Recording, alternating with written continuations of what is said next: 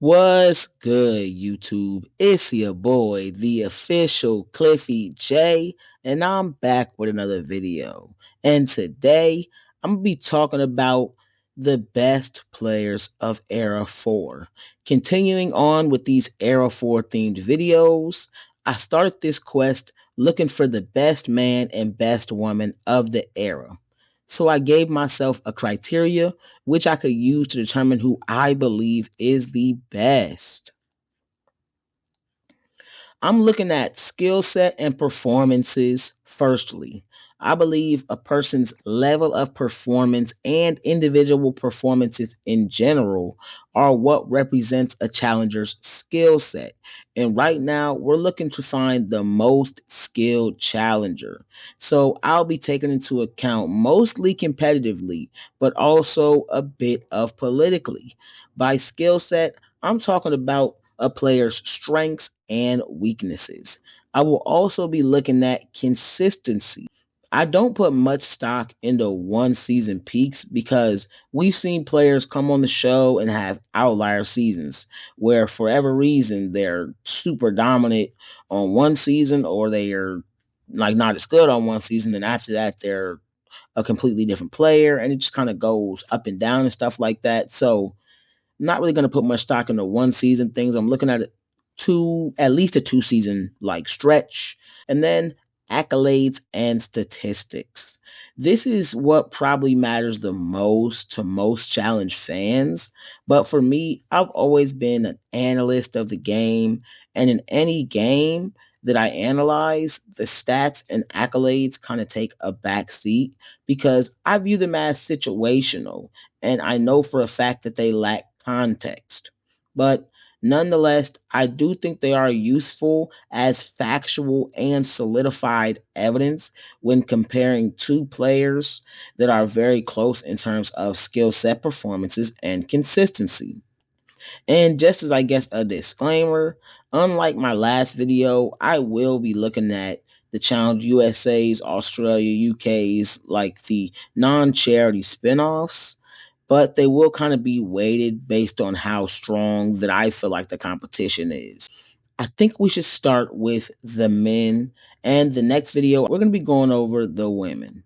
I did a bit of research for this topic, but when I started, I had a few names of players who debuted in Era 4 that I was kind of thinking of as very strong men. Players that I was looking at were Horacio, Emmanuel, Corey L, Ed, Theo, Rogan, Joss, Paulie, Kyland, Kyle, Turbo, Danny, Fessy, Troy, Jay, Chris, Tyson, Ben, Grant, Kieran, and AJ.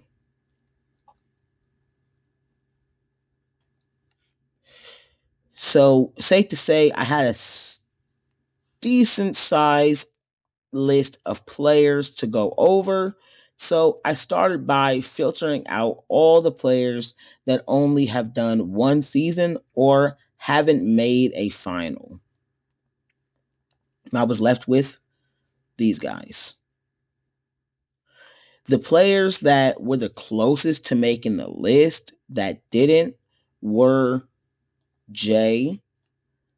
It's a very consistent in terms of like he's a solid performer and he was that on basically every season he's been on, and he's steadily improved politically. He's very well rounded, only real weakness being his size and now maybe his attitude. But yeah, and think about ride or dies too, it's definitely his attitude, his size and attitude. But he isn't exceptional at anything in my opinion, like not anything noteworthy. In comparison to the guys, he does match up good though, skill set wise. But in terms of performance, I do think he lacks the extremely impressive like performances. And though I do see a steady improvement in certain areas, let's be real. This guy started off as a 65 overall creative player brown shirt. So um I do think if he performs as good as he did on Battle for a New Champion and makes another deep run it definitely is a chance he could be on the top five if I were to remake this list or something. And him being purged during the final kind of does take away from, him having a full finals performance, which could have definitely affected his ranking for me. I also had someone like Rogan. Like, in terms of competitively, he was a beast and he was solid politically. He's a champ and he has two relatively strong seasons where he has like an array of solid performances. Like, he's kind of like number six, who really could be number five. Him and five, I'm really debating over them, but I'm just going to lean number five and keep him off the list. And I also think of people like Kylan and Horacio. Like, we haven't, because I'm not taking into account season 40, but even if I was, it hasn't finished yet. So we don't know what Kylan's going to do in the final. And then Horacio didn't really get the opportunity to perform and do a full final. But let's get into it. Let's get into number five.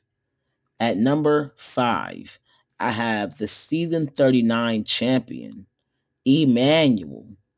Let's start with the bad. He's one of, if not the most unproven guy on this list, but he did go against some decent comp in his two seasons, with the best being CT, Corey, Nelson, Devin, Kyle, Horacio, Kyland, Ed, and Jay, which is good. But other than CT, no one is really known as like one of those elite of the elite in terms of both skill and resume. He hasn't done any physical eliminations, and he really hasn't shown the ability to like be elite in terms of puzzles and math. Now let's get to the good. He is a very solid athlete. His endurance is honestly elite.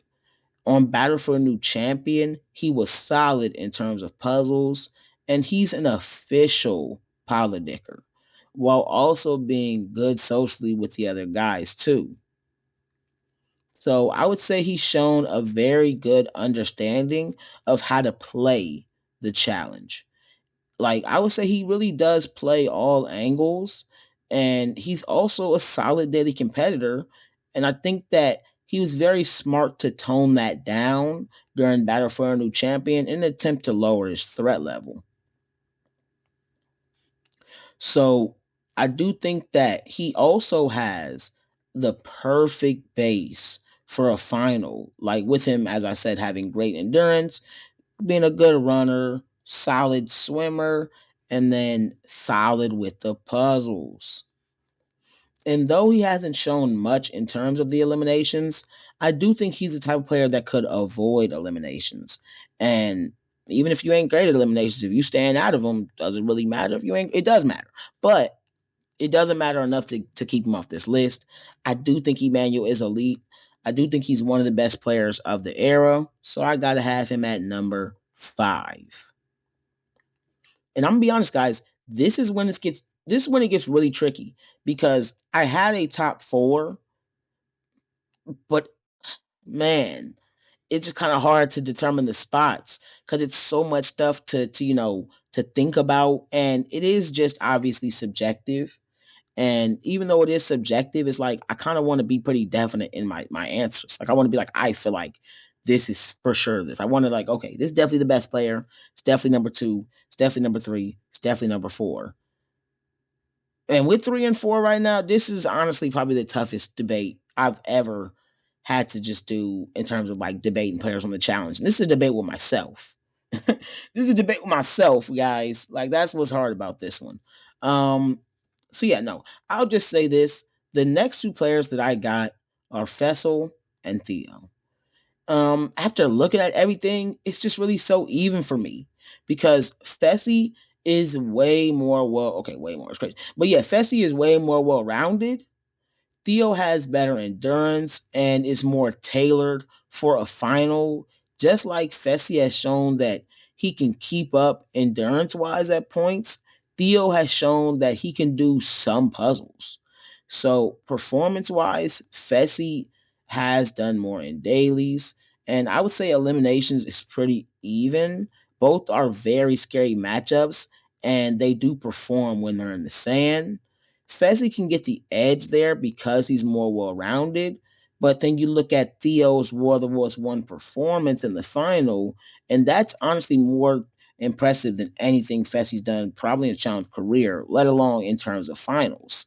So from there, it kind of just comes down to the little things because as competitors, in my opinion, they're pretty even because I choose Theo if we're talking about a final, but I choose Fessy if we're talking about dailies and eliminations is close. Even if you want to lean Fessy, I honestly lean towards Theo in terms of politically because I do think he is a little bit better socially, a little bit more active socially. Also, they both have issues socially, and they both have like tiffs with players, and I do think Theo actually has better decision making. I think we've seen Fessy make worse decisions like with power or worse decisions with like the opportunity to make decisions, stuff like that, right? So and I also think they both kind of had built-in allies with Theo having like the UK players and Fessy having the Big Brother players.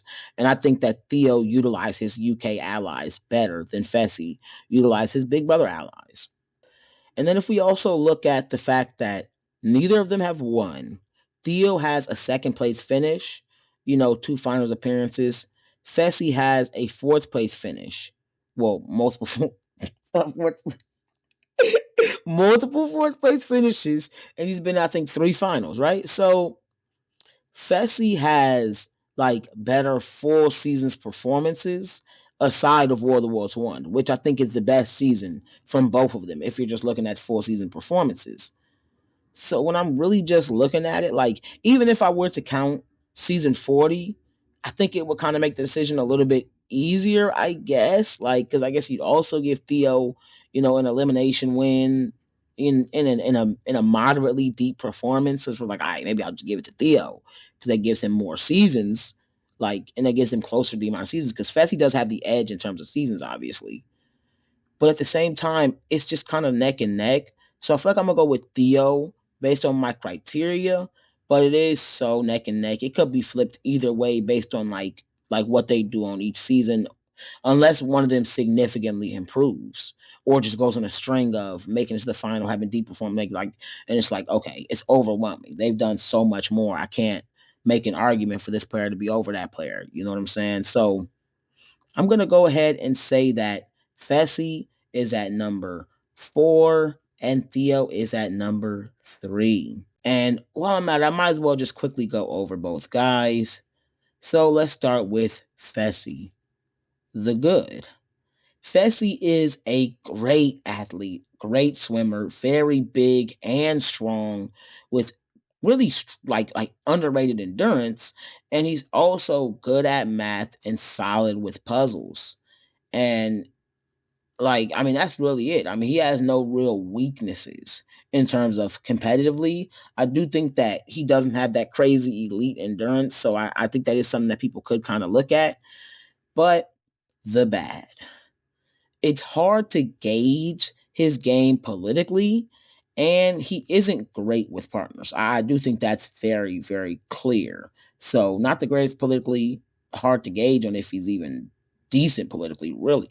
And I need to see more in terms of non physical eliminations, and I need to see better finals performances from him before I can say, he's like the best player of the era because I do think he has that type of potential because he is extremely skilled while having the size. Like he has the potential to be the best player in challenge history with his athleticism and his size and then his base ability. He has the math ability and puzzles aren't impossible for the guy to do. And then Theo, the good. He has elite endurance. I mean, I guess I'll say in his prime because his endurance didn't look exactly the same during season 40 so far, but we're not really taking account that. We're saying he has elite endurance. Um, and he's actually well rounded enough. Like he's completed checkpoints during finals. That's not really been a difficulty for him consistently.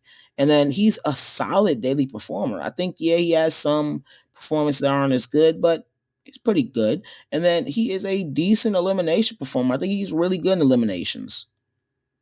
The bad. He's not a great swimmer, and he does struggle with math. I'm willing to admit that.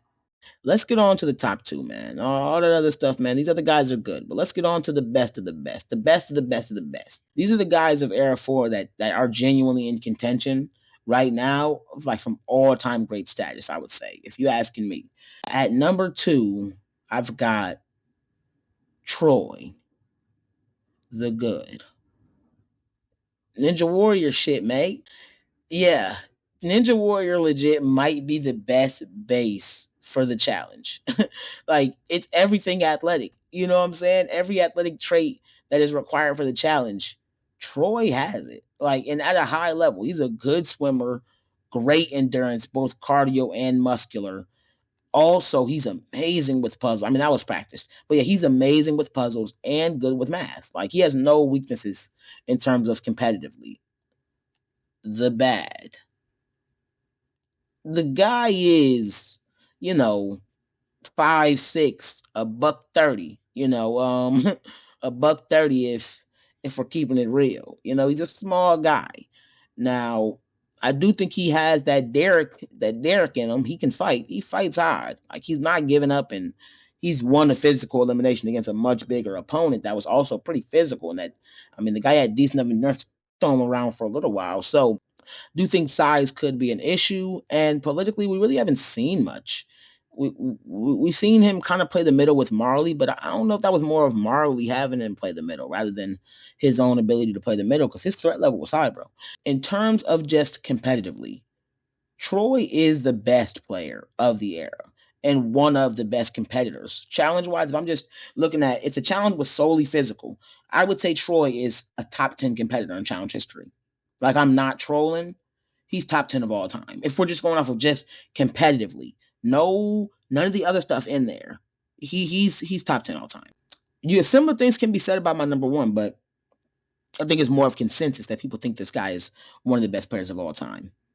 At number one, I got Paulie. The good.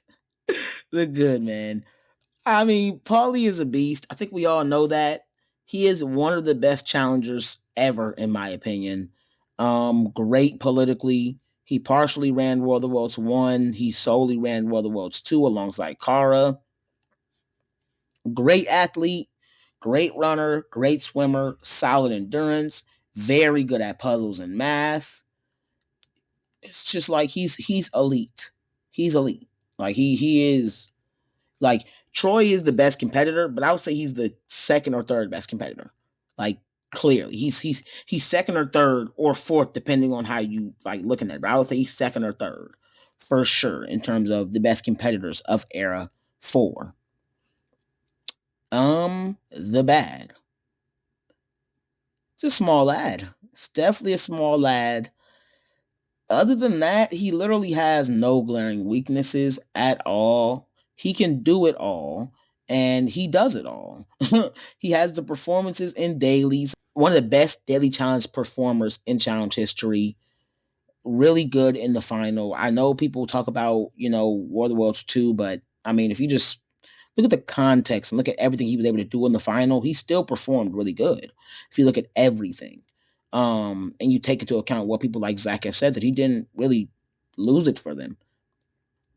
And a big reason that he's lost so many eliminations is because Natalie did not perform well. Like Natalie wasn't like, yeah, she is the reason that they won. Well, part of the reason that they won one of them. But I mean, she's probably the reason that they lost most of the ones they lost. I mean, she just didn't perform well, which is weird because Natalie actually is a very solid competitor. And she literally costed him a final win. He won that final. He won. Fine. That's a big thing for me. He won Final Reckoning. I know people want to say, oh, Joss and Sylvia, this isn't that. No, he won Final Reckoning, bro. He won Final Reckoning, period. He won that shit, bro. He won that shit, bro. But obviously he's not gonna get that type of credit because Natalie's an idiot. But they outran everybody and he outran everybody so bad that he would have won that final straight up like that. That's genuinely my opinion, bro. So yeah, that is the list for you guys. At number one, we got Paulie Calafiore. He is over Troy because of politically. That's what it comes down to. Because if we're just competitors, I would say Troy is number one. But yeah, 1, we got Paulie. 2, we got Troy. 3, we got Theo. 4, we got Fessy. And at number 5, we have Emmanuel. Make sure you guys stay tuned for the next video. I'll be giving you guys the best female challengers of Era 4. And stay tuned in general because I'm going to keep popping out these Era-themed challenge videos. Survivor finale is coming up, so I definitely do want to make a Survivor-themed video soon. Make sure you guys like, comment, and subscribe. And push the notification bell so you can be tuned every time I drop a new lit banger. Guess what? I had to choose a name. I was the only one who was fighting for you, and you know that, bitch. You're a coward.